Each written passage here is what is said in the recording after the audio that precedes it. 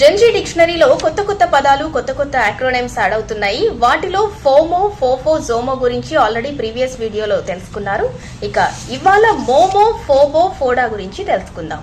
మోమో అంటే mystery of missing out, ఫోబో అంటే fear of better options, ఇక ఫోడా అంటే ఫియర్ ఆఫ్ డూయింగ్ ఎనీథింగ్. ఇక మోమో విషయానికి వస్తే మిస్టరీ ఆఫ్ మిస్సింగ్ అవుట్ లో అంటే ఆ పర్సన్స్ ఎలా ఉంటారంటే ఒకవేళ ఏదైనా సర్వర్ ప్రాబ్లం ఉండి ఇంటర్నెట్ ఒకవేళ బ్రౌజింగ్ ఒకవేళ లేట్ అయినా కూడా లేదంటే సోషల్ మీడియా సైట్స్ ఏవైనా ఓపెన్ కాకపోయినా ఎఫ్బి కావచ్చు, ఇన్స్టా కావచ్చు, లేకపోతే వాట్సాప్ కావచ్చు, ఎవరికైనా మెసేజ్ చేయలేకపోయినా మనం ఏదో మిస్ అయిపోతున్నాము అని చెప్పి వాళ్ళు తెగ ఫీల్ అయిపోవడం అనమాట.